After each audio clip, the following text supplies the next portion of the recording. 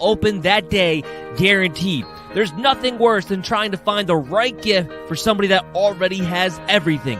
Whether that special present is for a Tampa Bay Buccaneers fan or an Alabama Crimson Tide backer, maybe Gramps is a lifelong Dallas Cowboys supporter, or your brother-in-law is in LSU Tiger territory. Know a member of the Baylor Alumni Association? Is there a better Father's Day gift for someone who's a Kansas City Chiefs fan? Send them the coolest present they'll open that day, guaranteed. Now, if your favorite pro team is the Buffalo Bills or those Minnesota Vikings, well, we're sorry about that. Also, if you're a New Mexico State Aggie or a Tulane Green Wave alum, not much they can do. After all, the name isn't nice effort, you had a pretty good season footballs.com. The name is championshipfootballs.com. The coolest present they'll open that day, guaranteed. Your client's going away for 10 years. Unless we swap first-round picks. Fantasy football draft season is upon us. It's time for you to put the PP back in the PPR league with the sponsors of today's show, Manscaped. The leaders in below-the-waist grooming just launched the new Performance Package 4.0. Don't neglect your balls like the Packers front office has been neglecting Aaron Rodgers.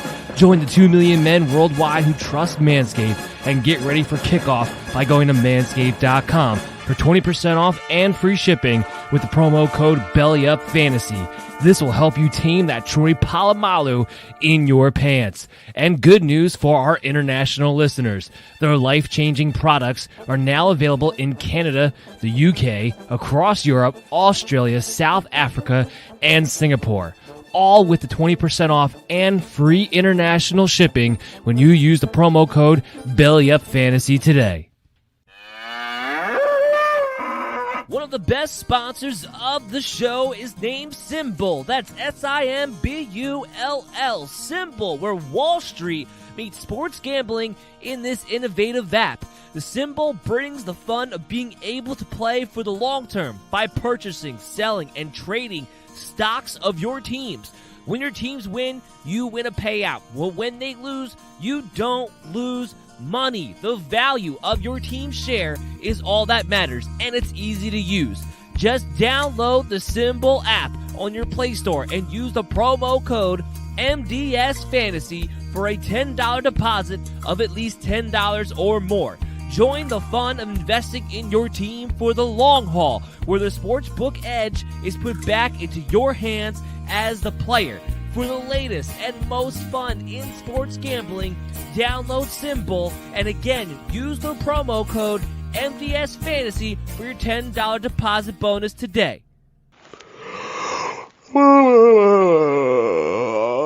Do you have trouble waking up in the morning? Well, not anymore, because Invader Coffee is here to make you look forward to that morning sunshine. Rated one of the best, smoothest tasting coffees on the market today.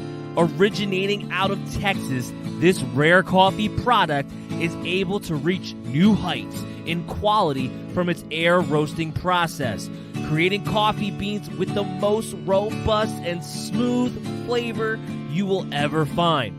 So make your mornings more enjoyable by going to invadercoffee.com and use the promo code BELLYUP for 15% off your next purchase. Again, that is promo code BELLYUP for 15% off of your Invader Coffee purchase today at invadercoffee.com.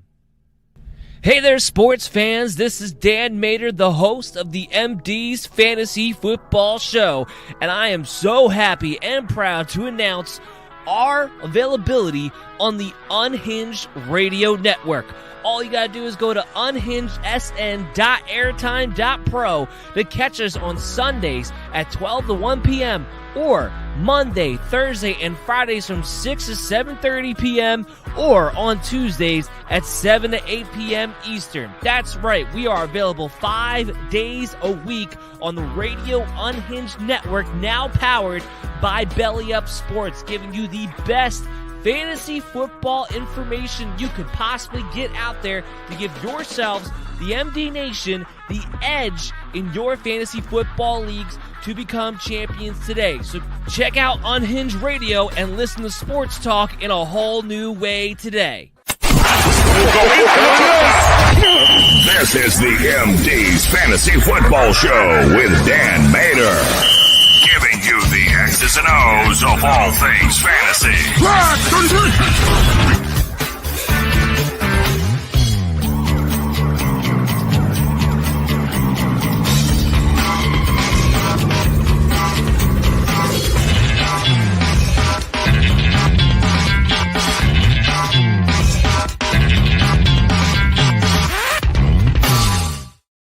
Welcome back in, MD Nation, and happy lunch hour on Tuesday here with the MD's Fantasy Football Show, streaming to you live on social media at BellyUpMDFF Show, and of course on the YouTube channel, the MD's Fantasy Football Show. Please subscribe as soon as you get the chance. You'll be able to check us out after this on your favorite pod streaming app, iTunes, iHeart, Google Play, Stitcher, Spotify, Spreaker, wherever you like to go. And we'll be on tonight from 7 to 8 on the Unhinged Radio Network, unhingedsn.airtime.pro. As always, I'm your host, Dan Mader. I'm here to go over the primetime matchup recaps from Week 4, the Sunday night and Monday night recap. And then we begin to look forward to Week 5. We begin the waiver wire report for Week 5. We begin to continue to make your teams better on your way to an MD Nation championship. That is what it is all about. Now, we had two primetime games that were uneven. It was funny. This time last week, I was talking about how, the primetime matchups, including the Thursday night games with the exception of one to that point, have been all very good. And I guess technically both these games were close-ish, I suppose. We had what was going into the week as a ton of hype. Tampa Bay Buccaneers going in New England. Tom Brady returning home. Ultimately, he got what he wanted. He just wanted the victory. He wanted to win. And Tampa Bay Buccaneers did just that, 19-17.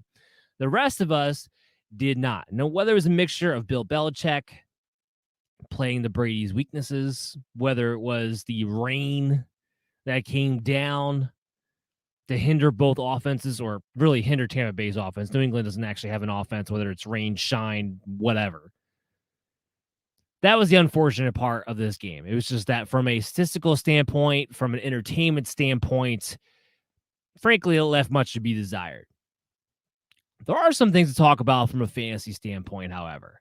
Now, Brady himself was disappointing, of course. He didn't have any touchdowns in this game, only threw the ball for 269 yards, didn't fall forward for a touchdown on a quarterback sneak to save your fantasy day. It was a fantasy nightmare, pretty much. It was a fantasy nightmare. However, I feel pretty confident in saying that this will probably go down as Brady's worst game of the year. And I'm not worried about it from a fantasy standpoint. He's still a QB1. He's performed as a QB1. And if anything, you should feel more confident about that continuing because Carlton Davis picked up an injury. Now, all of a sudden, Richard Sherman's looking like their only corner available. And they were able to attack him pretty consistently. The Patriots were, that is, against Richard Sherman yesterday. So I don't know how worried I am about Tom Brady's fantasy output. He still has a lot of best weapons on Bruce Arians. So he'll be fine. This is just one of those games where they got the win. It was a tough defensive matchup. It was bad in the weather. Mike Evans, 12 targets, 7 receptions, 75 yards. A nice solid game there. Antonio Brown and his game back from COVID. 11 targets, 7 receptions, 63 yards. What does Bill Belichick do? He always takes away the team's number one option. And coming into this game, the team's number one option had been Chris Godwin. 5 targets, 3 catches, 55 yards. I'm not worried about Godwin moving forward. Now, here's what I am going to say. With Rob Gronkowski hurt, multiple cracked ribs from what we understand, he's probably going to miss at least a few more weeks. So if he has multiple cracked ribs, there's a good chance he's going to be out for a few weeks. So there's two things you take away from that. One, as more targets getting consolidated to the three receivers, Mike Evans, Antonio Brown, Chris Godwin. Three guys that I have inside, most of the time will have inside my top 24, all three of them anyway. Antonio Brown benefits the most, of course, because his target share now becomes more consistent in the absence of Rob Gronkowski, where Chris Godwin and Mike Evans will always probably be the top two guys. It'll just be a matter of, does Brown get mixed in or not? With the absence of Gronk, there's more of a target consolidation. The other thing that does, it puts Cameron Brate on the deeper league, sleeper streamer tight end. He had 2 receptions, 29 yards on 6 targets in this game. While OJ Howard actually played a few more snaps, he's clearly in there as the blocking tight end. Cameron Brate is there to be the more receiving tight end for Rob Gronkowski.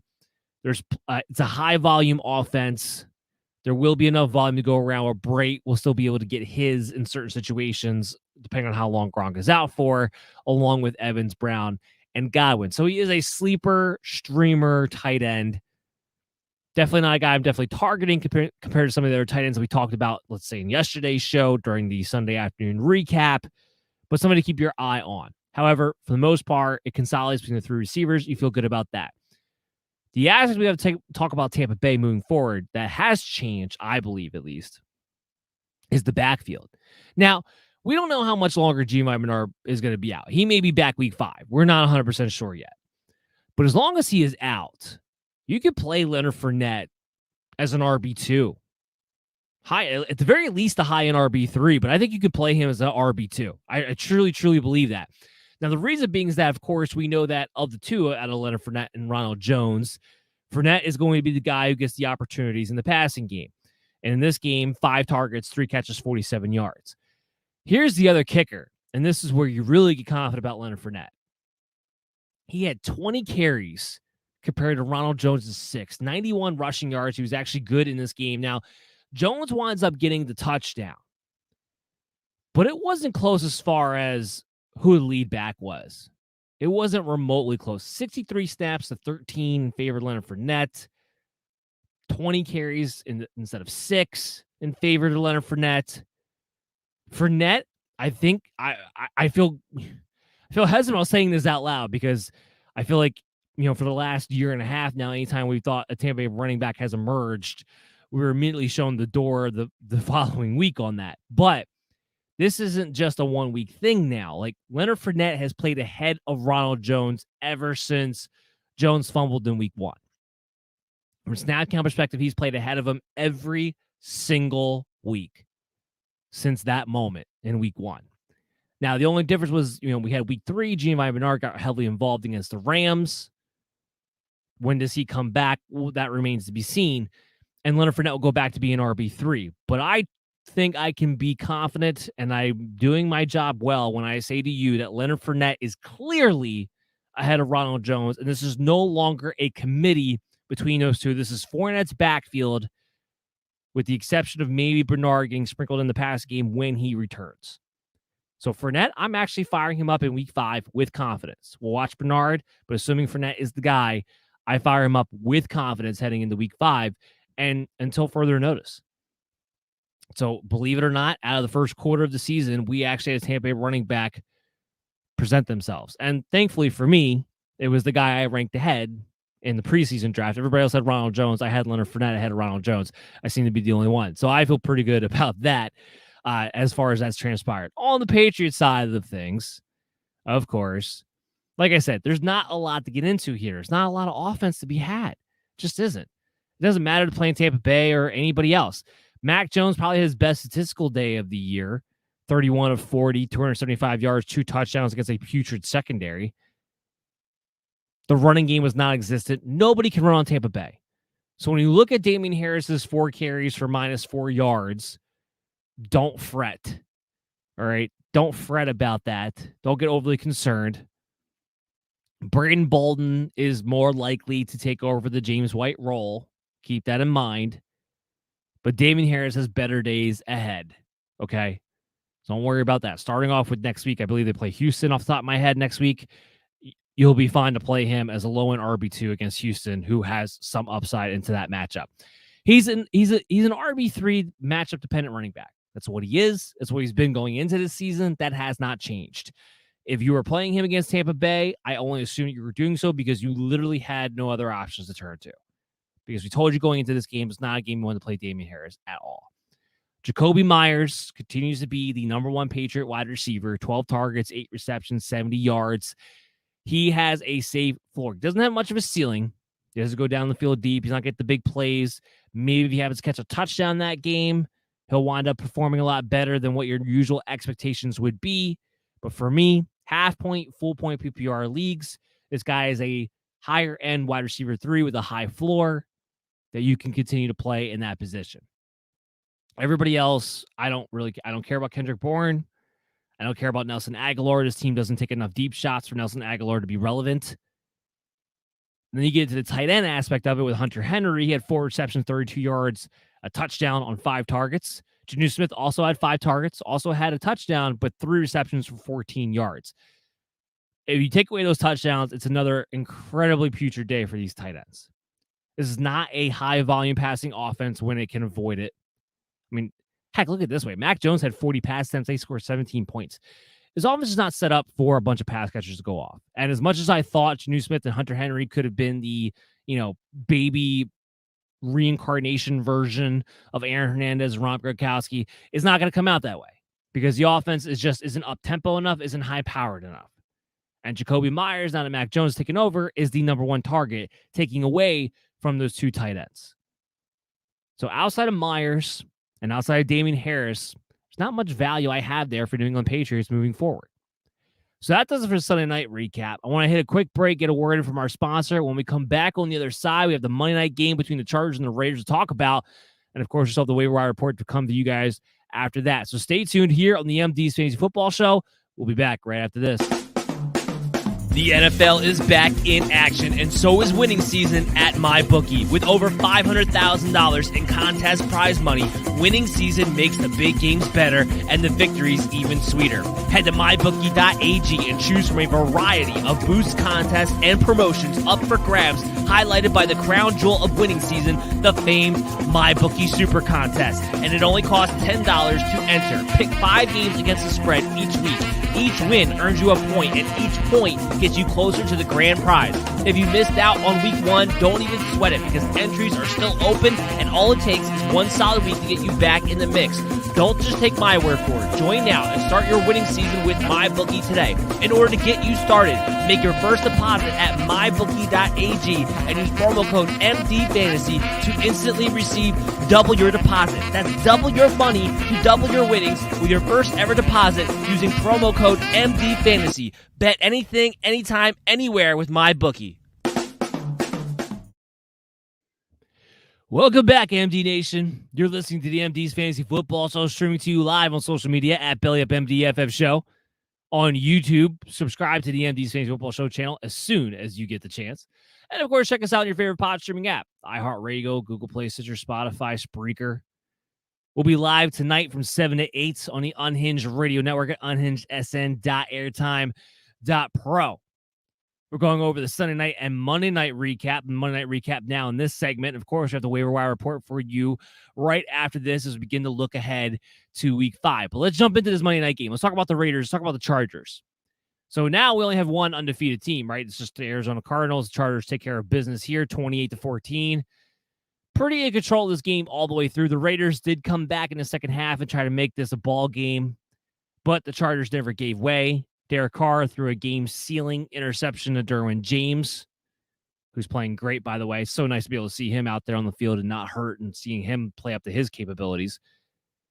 Derek Carr finally doesn't throw for plus 300 yards, only 196 yards, 2 touchdowns in this game, an interception. That's why they're streaming quarterback. That's why he's not a QB1. That's why he's a streaming quarterback. Now, he's still a streaming quarterback. I'm not going to say like, oh, one bad game, that's it, you're done. But against the Chargers, which is a defense that you've been able to take advantage of for the most part from a fantasy standpoint, to see him not put up a good performance when they were trailing from behind 21-0 in the first half in this game, it reaffirms that he's a streaming quarterback, not a guy that you set it and forget it, in case you needed the reminder. Josh Jacobs, if you had him and you were waiting to play him and he was active for this game, you played him. Is it the performance you were hoping for? No. But Peyton Barber actually picked up an injury in this game, which might be interesting for those of you who's still holding on to Kenyon Drake. In case something else does happen to Josh Jacobs, we'll have to see exactly what Barber's injury is going to be, or if they bring in somebody else, who knows. Jacobs himself was not great in this game. 13 carries, 40 yards, 3.1 yards a carry. You're hoping because of the matchup, he get a little bit better. But here's what I'll say this, and this was interesting. Josh Jacobs, 5 targets, 5 receptions, 17 yards. Kenyon Drake didn't receive 1 target in this game. Not a 1. Now, this is what we get out of Josh Jacobs, a workhorse back. While this in and of itself, this game was not great from a fantasy standpoint, it was sure as hell get a lot better, especially from a floors perspective, on Josh Jacobs if he could just be the workhorse guy. So it was interesting to see. I don't know if they've totally soured on Drake. I don't know if they've decided that they're going to let Josh Jacobs become a workhorse. I doubt it. I have to see this for more than one game. However, Jacobs right now, you like that. You like that usage. And as long as he's healthy, he's playing, you have to play him as an RB2. Still a bad offensive line, unfortunately. I still don't view this to be a high-powered offense, even though they've played well up until this point. So he's still just an RB2, but something to keep an eye on if his usage continues to trend in this direction. Darren Waller, 4 receptions, 50 yards, gets a touchdown in this game on 7 targets. Hunter Renfrow continues to be a thing. I still don't trust any one pass catcher not named Darren Waller on the Raiders. But Hunter Renfrow has had a solid floor, has had a solid target share throughout this season thus far. Has 8 targets in this one, 6 catches, 45 yards, and a touchdown. Henry Ruggs, 3 receptions, 60 yards, 6 targets. Bryan Edwards continues to just not produce. He might be out there a lot. He might play a lot, but he's not there to put up numbers. And I don't know too many people who in 12-man leagues who are holding on to Bryan Edwards, but if you are, don't bother. There's no reason to. I don't even want to play Ruggs or Renfrow, who have been more consistently involved, let alone Bryan Edwards. So from a fantasy standpoint, I'm still playing Jacobs every week. I'm still playing Darren Waller every week. And the receivers are streaming options in certain desperate situations. That's about it for me. There's still nothing to consistently dig your teeth into. We flip to the Chargers side of the ball, and while Herbert didn't put up a ton of yards in this game, 222, especially when you consider he had 38 pass attempts, he did have 3 passing touchdowns in this game, so he still had a decent fantasy day against the Raiders. One going to Jared Cook, who came away with the big game of the night, 6 receptions, 70 yards on 7 targets. Big revenge game for him. Keenan Allen was targeted a ton, although didn't do much with it. 11 targets, 7 receptions, but only 36 yards. Was like the check down king, essentially, of the game. The biggest disappointment has to be Mike Williams. This is a guy that has now developed into somebody where people are expecting to be, a high-end wide receiver 2, putting up wide receiver 1 level numbers.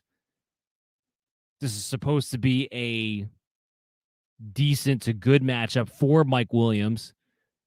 1 catch, 11 yards on 4 targets. Now, look, the Chargers dominated this game. They're up 21-0 in the second half. They're pretty much trying to melt the clock. I know the Raiders made it a game at one point, but this is a weird game script where the Chargers didn't have to stay super aggressive on offense through all 4 quarters. Better is there for Mike Williams. He's had 1 bad game out of 4. 3 tremendous games. I'm not worried about it. Okay. But I will say this. This is why Keenan Allen should be consistently ranked ahead of Mike Williams. He just has a higher floor. He gets 11 targets. I know it's 36 yards, much left to be desired, but he just has that floor of he'll always be the number 1 targeted receiver. And no matter what the game script is, no matter what the situation is, he's going to start to get double-digit targets every single week. Mike Williams will return to being more fantasy relevant. He's still a must-start, a must-play. This does not make him go back to being the Mike Williams of old. This is still a new offense where he's running a new route tree, and that's why I like it. This was the game where Jared Cook got involved, and that wound up being the difference. So I'm not going to read too much into this. As far as Austin Eckler goes, 15 carries, 117 yards, rushing touchdown, and tacks on 3 receptions for 28 yards and a receiving touchdown on 5 targets. Austin Eckler and continues to be an elite RB1 who gets involved in the passing game, gets involved in the rushing game, gets red zone looks. And yeah, you're going to look at the box score and see Larry Roundtree ran for 11 times. That mostly came at the end of the game when they're just trying to melt out the clock. Eckler, believe it or not, for his stature, for all his injury history in the past, they are showing no hesitation in allowing him to be a workhorse back. And because the way he catches the ball, he always has a safe floor. And because he's getting red zone looks, he's now more of a touchdown threat than he's ever been at any point in his career, which is why he continues to be an elite RB1. Plain and simple. Nothing really else to talk about in that game. So what we're going to do is hit one more break, get one more word in from our sponsor. When we come back on the other side, we'll wrap up this show with the waiver wire report. So stay tuned to the MD's Fantasy Football Show. We'll be back right after this. Your client's going away for 10 years. Unless we swap first-round picks. Fantasy football draft season is upon us. It's time for you to put the PP back in the PPR league with the sponsors of today's show, Manscaped. The leaders in below-the-waist grooming just launched the new Performance Package 4.0. Don't neglect your balls like the Packers front office has been neglecting Aaron Rodgers. Join the 2 million men worldwide who trust Manscaped and get ready for kickoff by going to manscaped.com for 20% off and free shipping with the promo code BELLYUPFANTASY. This will help you tame that Troy Polamalu in your pants. And good news for our international listeners. Their life-changing products are now available in Canada, the UK, across Europe, Australia, South Africa, and Singapore.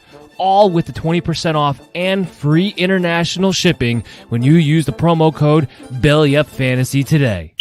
You're listening to the MD's Fantasy Football Show.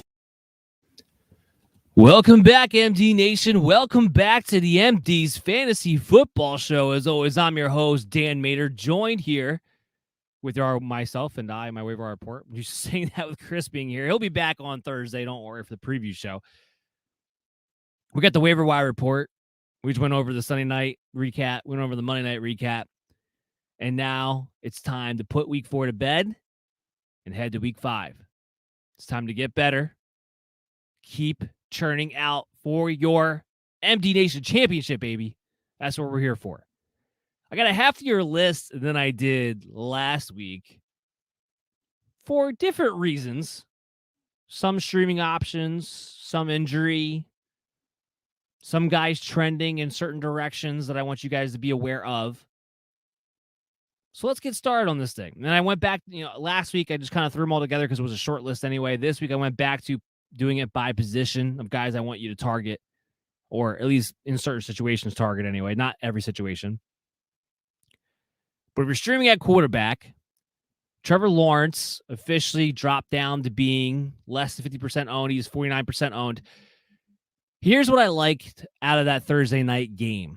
While still there's been a lot desired passing-wise, still a lot to be desired with Urban Meyer and the offensive play calling, the one thing that Lawrence did do that Urban Meyer talked about wanting him to do that was actually smart, not very many things came out of them that's smart, including what happened this weekend, but we'll leave that here because this is a fantasy football show. But he ran more.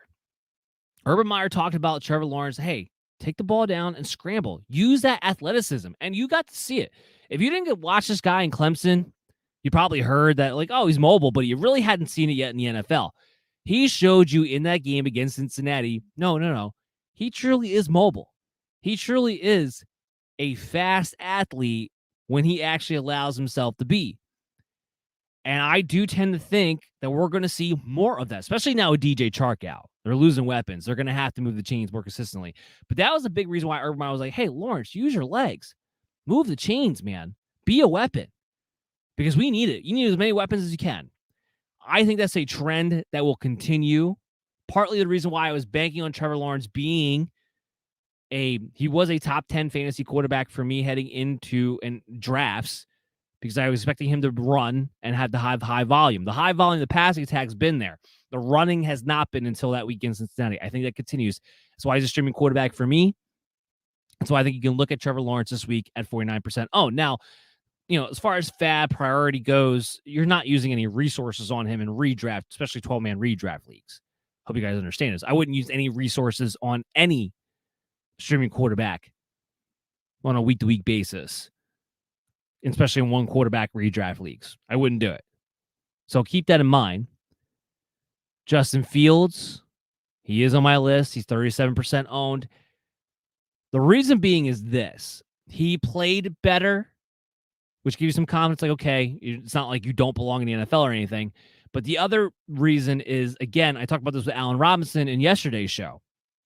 There is still untapped upside potential because Matt Nagy is not handed over to play calling yet to Bill Lazor. Now, had he done that and Justin Fields was still this ineffective or not running the way we expected him to be once he became the starting quarterback for the Chicago Bears under Bill Lazor, then we hit the panic button, then we would just drop him, then we would just move on. He wouldn't be a thing. Because that hasn't happened yet, there is still an untapped potential for this offense, I believe. And I believe when Bill Lazor takes over, you'll see Fields start to use his athleticism and be the fantasy asset that we all thought he could be. So if you can stash, Fields isn't necessarily a streamer, but if you can stash Fields, I would still look to do so. And whether Dalton winds up being the starting quarterback or not this week, he won't be the starting quarterback for the rest of the year. Okay, it's not going to happen. Justin Fields will take back over permanently at some point. It should already be now. Somebody should be stepping into Matt Nagy now. There's no reason, Chicago, you're in rebuild. You need to get Fields going if you have any future. Shouldn't be going back to Andy Dalton. But even if they do, it will happen again at some point this season.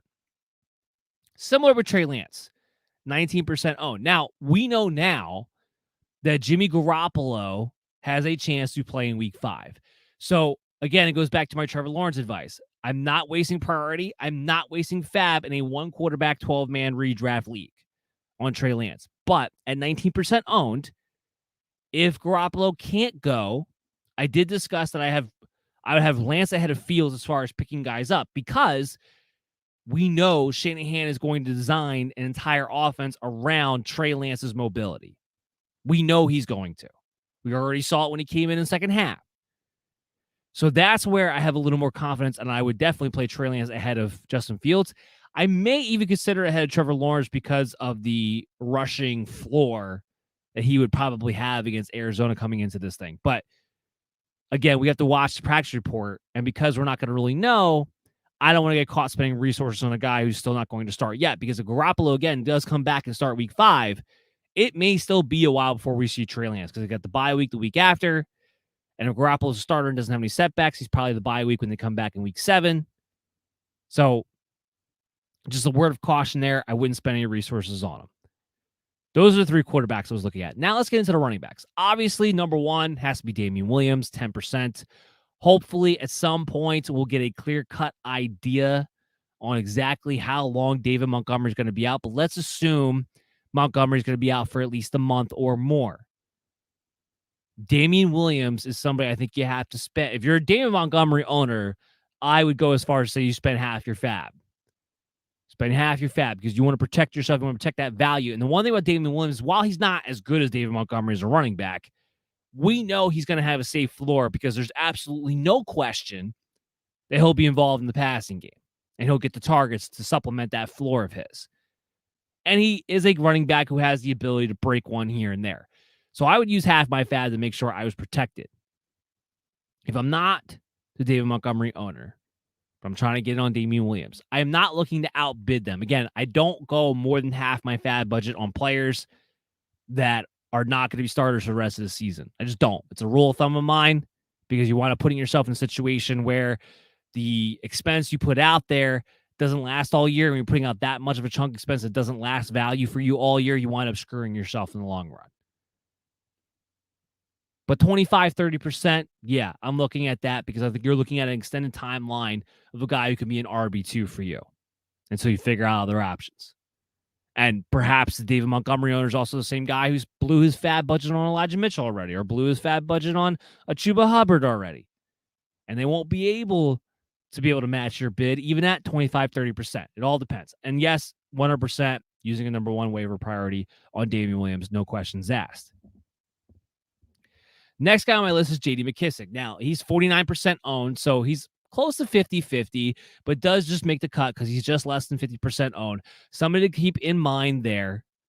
I want you guys to think about Again, I go back to he's still playing third and long. He's still playing 2-minute drills. If you're in PPR leagues, J.D. McKissic is somebody that you can contemplate in the flex or in a spot start situation if need be, especially when you consider the Washington defense has been terrible to this point, and he may be in more pro J.D. McKissic game scripts than anybody originally thought. So keep that in mind as well. Again, McKissic, not spending a priority on him, not spending fab budget on him, but an interesting pickup that I think you can plug and play in your lineups depending upon the situation. Same thing goes with Kenneth Gainwell. He's also a flex play to RB2 spot start in PPR leagues because of his involvement in the passing game. Now in his situation, he's got a little bit more upside than McKissic. McKissic is never going to take over Antonio Gibson. There is still a chance, I believe, Kenneth Gainwell may take over for Miles Sanders at some point this year because it's just clear the Philadelphia Eagles have no long-term plans for Miles Sanders or like this guy whatsoever moving forward. So it just wouldn't surprise me. Gainwell has more upside. That's why I would go after him. I would maybe spend, especially after this week, he's going to be more of a hot commodity because he's been on my waiver report every single week, and he's only 24% owned on average after scoring that touchdown against Kansas City. And the second week in a row of being more involved, I think we're going to see him, kind of take more of the lead. And I'm going to get the frog out of my throat and play you one more spot for one of our sponsors. We'll be back right after this, and we'll be talking to you. You can get championship footballs at championshipfootballs.com. They offer a 100% money back guarantee on every single souvenir football that they sell. It's the coolest present that they'll open that day, guaranteed. There's nothing worse than trying to find the right gift for somebody that already has everything. Whether that special present is for a Tampa Bay Buccaneers fan or an Alabama Crimson Tide backer, maybe Gramps is a lifelong Dallas Cowboys supporter, or your brother-in-law is in LSU Tiger territory. Know a member of the Baylor Alumni Association? Is there a better Father's Day gift for someone who's a Kansas City Chiefs fan? Send them the coolest present they'll open that day, guaranteed. Now, if your favorite pro team is the Buffalo Bills or those Minnesota Vikings, well, we're sorry about that.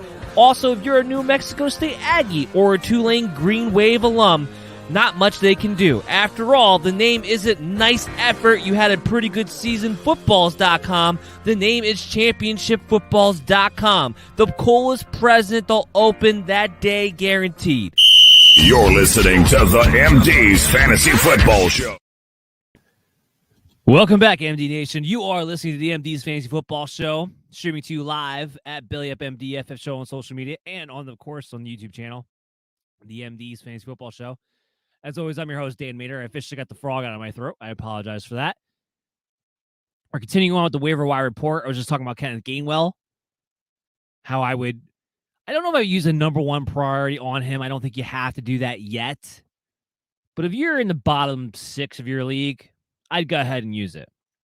Because the running back with upside that you could be getting ahead of the curve on.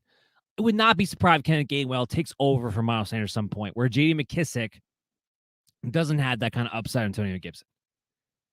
And I would probably use, because he's going to be a hotter commodity this week, I'd probably think about using 10 to 15% of my fab budget to get him.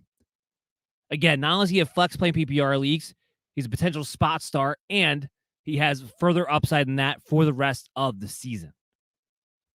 So a guy I'm looking at pretty heavily there. Samaje Perine, 2% owned. Now, again, Joe Mixon, if you've been following us on social media at Billy Up MDFF Show, we can keep you up to date on those player news notifications. Joe Mixon does have a chance to play in week 5. Remember, they had the extended time off. It's a low ankle sprain. It sounds similar to me what Dalvin Cook was going through, which did cost him a week. And he did come back this past week and was on 100%, but he did only miss one game. In Mixon's case, he has the extended stay going into the following week. Zach Taylor talked about, there was one report that said he was week to week. Zach Taylor came out later on and said, no, he's more like day to day than he is week to week. And we're going to try him out and reevaluate him on Wednesday. So we're going to know more in the practice report tomorrow about Joe Mixon. If he's able to come out and practice in a limited capacity on a Wednesday, that's a pretty good sign that he may be able to suit up. Samaje Perine, either way, as of right now, because, you're doing your waivers Tuesday night, so you have to kind of project these things out. Samaje Perine, to me, only has value to a Joe Mixon owner, because whether Joe Mixon suits up this week or next week, it's a short-term injury. I know there's been things weird with Mixon in the past. Remember, that was a midfoot sprain. They weren't even clarifying on that injury until, after the season. This is not the same situation as it was a season ago. Relax. It's a low-grade ankle sprain. He's going to be out there. And this team isn't bad. They're actually playing for playoffs. So you have that to go with you, too. This is not the same situation of Joe Mixon owners from a season ago. So relax on that one.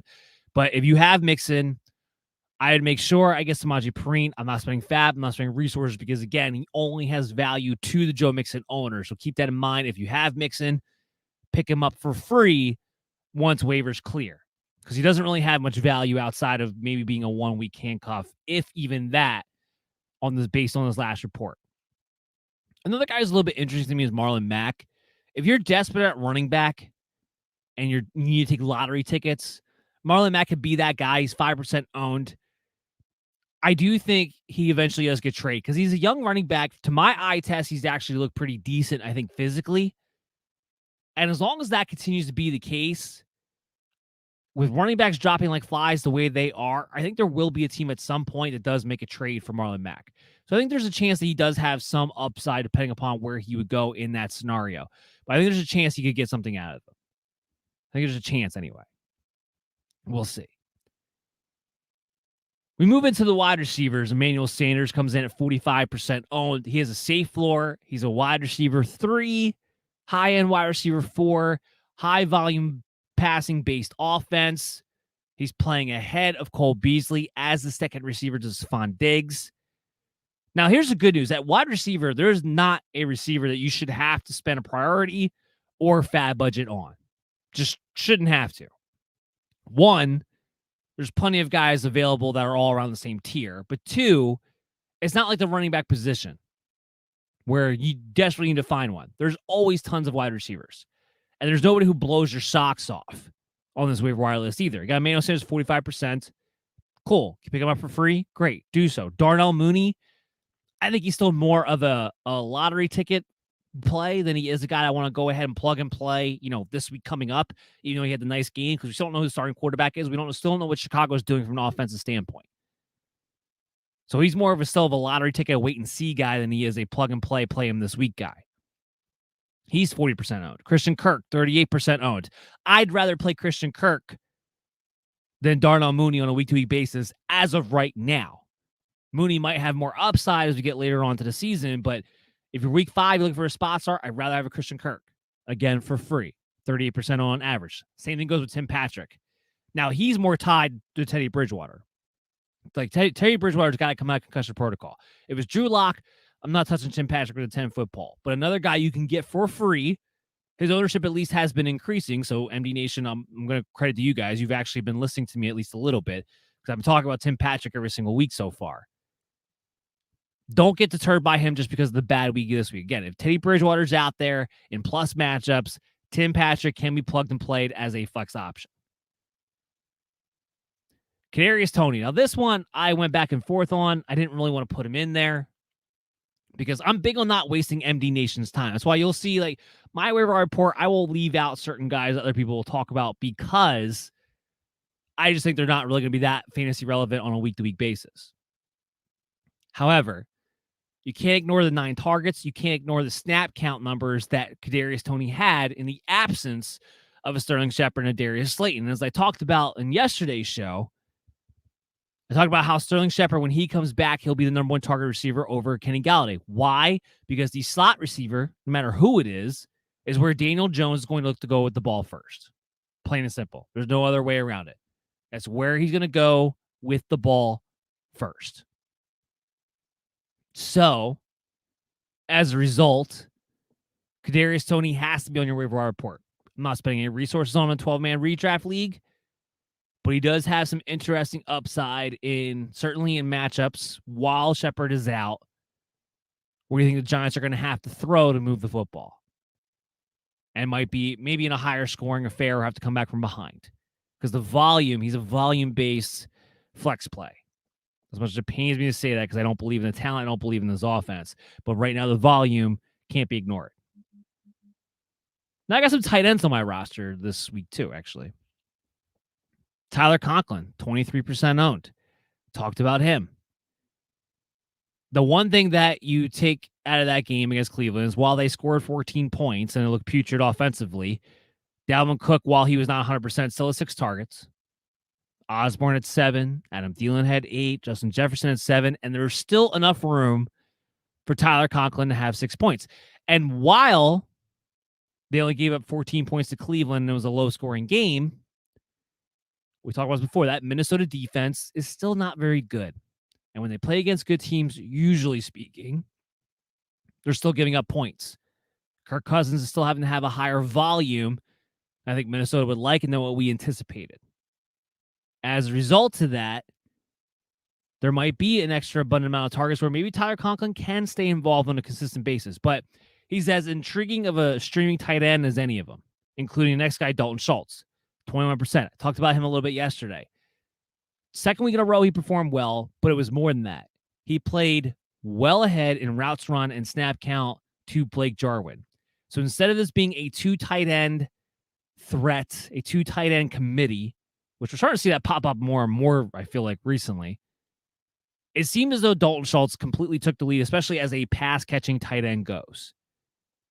Now, I do wonder what happens when Michael Gallup comes back, but until that point, Dalton Schultz is a viable streaming tight end who's only 21% owned. So if you have a tight end, you're looking for a tight end, he is an option I think you can go to. Next guy is a sleeper tight end for me. The sleeper tight end on the week is Dan Arnold. He's only 1% owned. Good reason to, but you look at Jacksonville, the volume that passing game has, on top of the fact DJ Chark probably out for the rest of the year. He's already on the IR. The target share gets consolidated to Marvin Jones and Laviska Shenault, but it can't all go to Marvin Jones and Laviska Shenault. Dan Arnold was targeted a bit in that Cincinnati game, and that was his first game in uniform for the Jacksonville Jaguars on a quick turnaround after a trade. They needed a tight end to come in. Trevor Lawrence needs another target to go to. And a tight end, a big tight end, especially in the red zone, could act as a safety blanket for Trevor Lawrence to some degree. I wouldn't be surprised.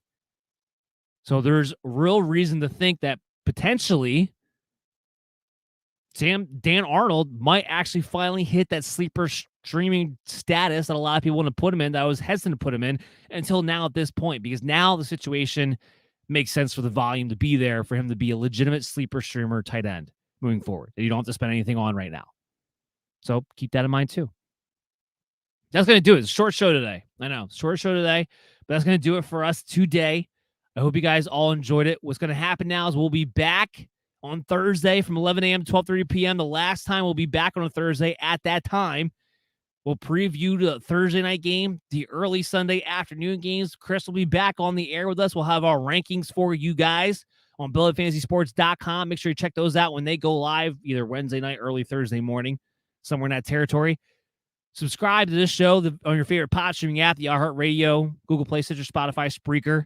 Check us out tonight on the Unhinged Radio Network at unhingedsn.airtime.pro from 7 to 8 p.m. Make sure you follow us on social media at BellyUpMDFF Show and subscribe to our YouTube channel. I'm Dan Mater. I'll be talking to you guys real soon. Everybody take it easy and good luck